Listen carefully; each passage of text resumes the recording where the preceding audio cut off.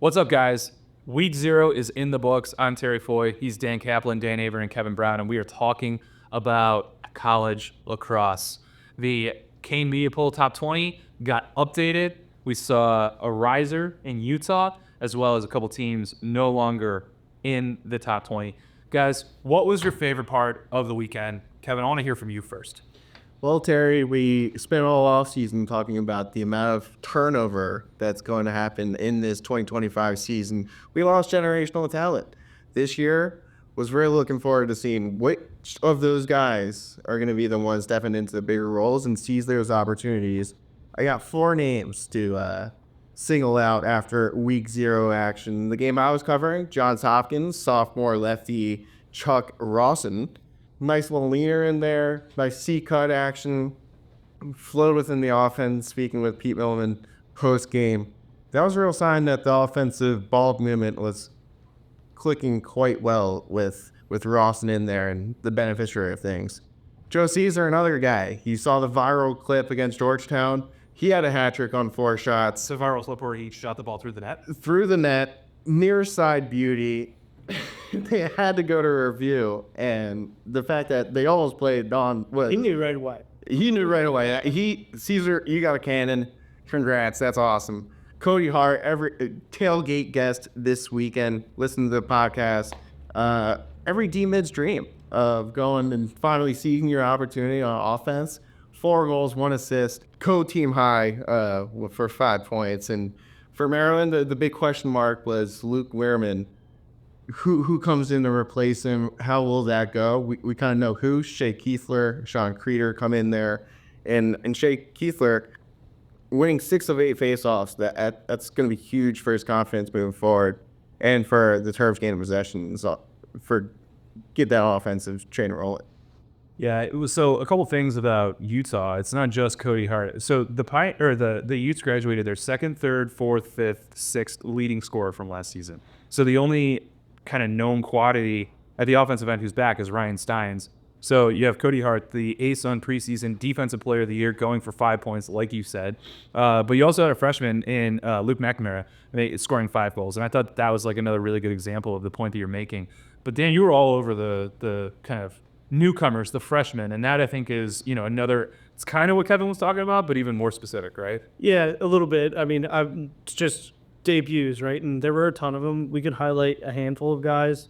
You also had some transfers, the D3 world, a bunch of those guys that were kind of fitting under that realm as well. You're really interested in the D3 guys and how they contribute at the D1 level? Always interested in that. Always interested in that. But just to kind of highlight a handful of freshmen, I have a few, but I'm going to start with the unit from Georgetown. They had a ton of guys contribute right away. Jack Ransom, you mentioned earlier, he had a goal. Ben Furley had a goal. Robert Plath started at close defense for them. Will Tomnovich, right? Is it Tomnovich is injured, so Robbie Plath got that start in his spot. And then Kevin Miller had a hat trick as well. And if I didn't mention this guy at all, you already would have thought that was a good debut for those freshmen. But then they also had a freshman at the X go 16 of 20 in his first game. So Ross Prince, yeah. So all of those guys, for Georgetown were really impressive. You had Liam Kirschus and Buck Cunningham out of Duke make an impact there for those freshmen. And then Luke Breslin was a guy I highlighted his 2nd goal for you guys for social. It's worth the backtrack for that one. But we had 2 goals for Lehigh. And then Terry alluded as well and got Luke McNamara with 5 goals. And he's a guy that of all of the guys that I just mentioned is probably on the lesser known end in terms of like his status as a recruit out of Rockhurst Jesuit in Kansas City, Missouri. So a guy that geographically is just, unique as well.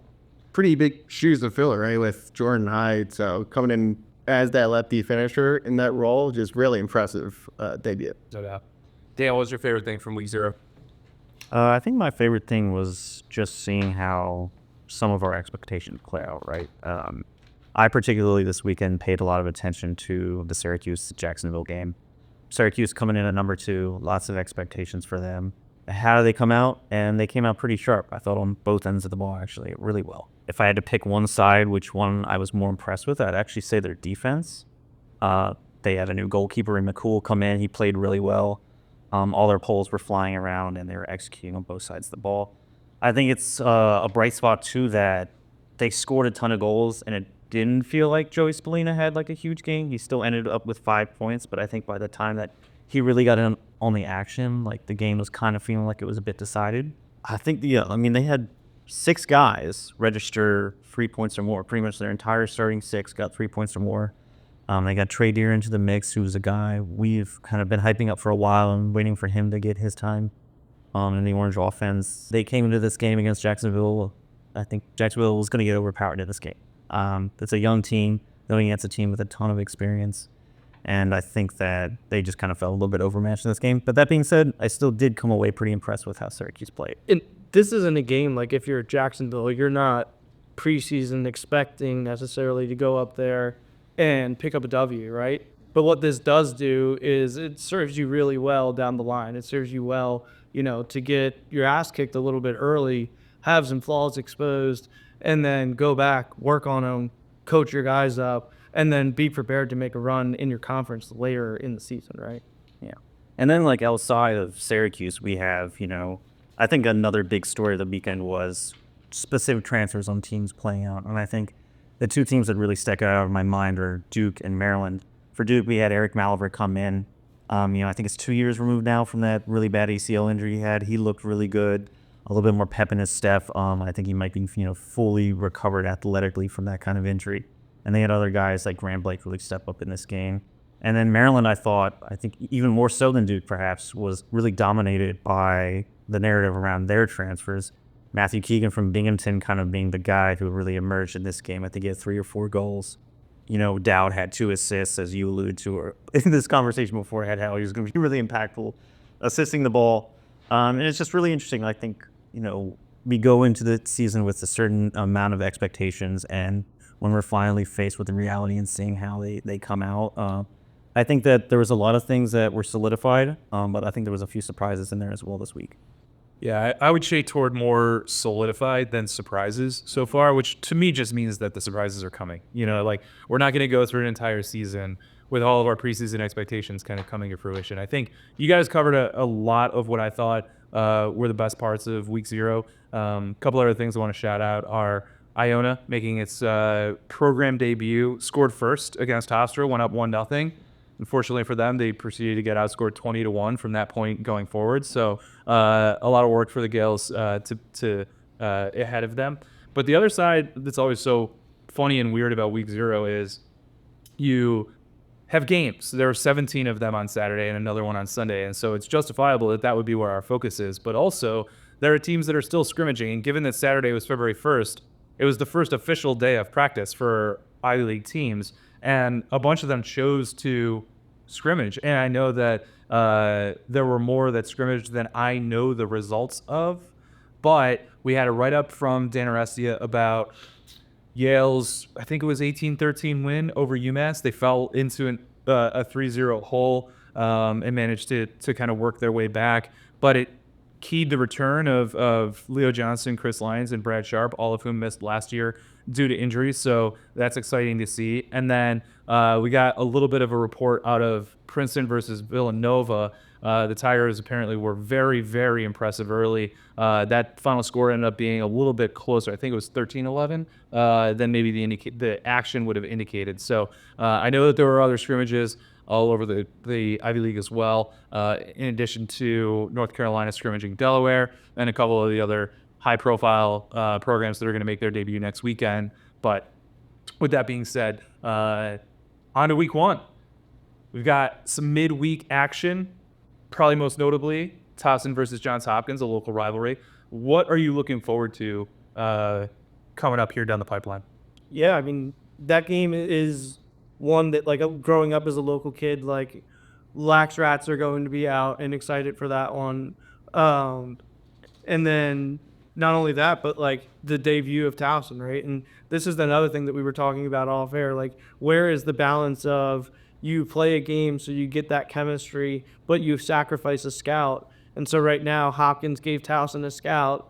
And it's probably like one game. Is that really enough to gain a ton of chemistry that it's worth sacrificing that scout? I don't know. But we'll find out Tuesday night exactly how that all plays out. And, we get the debut of Mikey Weishauer in 2025 as well. And to build upon that point, Hopkins may only have like a day or two to actually turn around and practice for this game. Right. And I think With all the travel as well factored in. exactly, you're coming over from dinner. That's not, a bus ride, a 45-minute bus ride from wherever you're coming from. And it's going to be really interesting because Towson comes into this game kind of how Hopkins was last year. Tons of experience, tons of guys coming back, lots of expectations around how their season's going to go. It's going to be interesting to see how quickly Hopkins can turn around and prepare for an opponent who I think probably could be favored in this game. Kev, what about you? Yeah, Hopkins, very exciting fixture after their Towson midweek showdown with Georgetown in week 1 action. I'm excited for another top 20 matchup. North Carolina hosting Michigan. We got them 15 and 16 in the KME poll for week 0 here. And listen, this is going to be an important year for the Tar Heels. I've been on record saying I think 7 of their first 9 games should be winnable before going into ACC play. But Michigan, super impressive debut, 14-1 over Marquette. Historically, we've seen you're coming off a season-opening win against a team who's yet to play yet.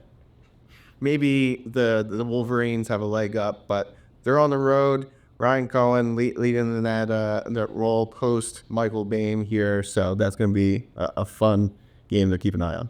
Yeah, for me, there's no question that's the game of the week. But a couple others that I'm going to have mine high on. Utah coming off that win over Ohio State gets to host Delaware, a perennial CAA contender and a NCAA tournament participant, making their debut and heading out to Salt Lake City. Not an easy trip. And then on top of that, let's see, you'd be more excited about Virginia Colgate if the Raiders were coming off of a season opening win over Penn State like they were last year. But with that being said, you want to see what the Cavaliers look like when they square up against another opponent. So I think that, there's a lot of kind of, I don't want to call it mid-level, but like intriguing games that either have, kind of one reason for intrigue versus another, or kind of, two teams that are at equal levels, and it's going to be an opportunity to see who can make the step forward.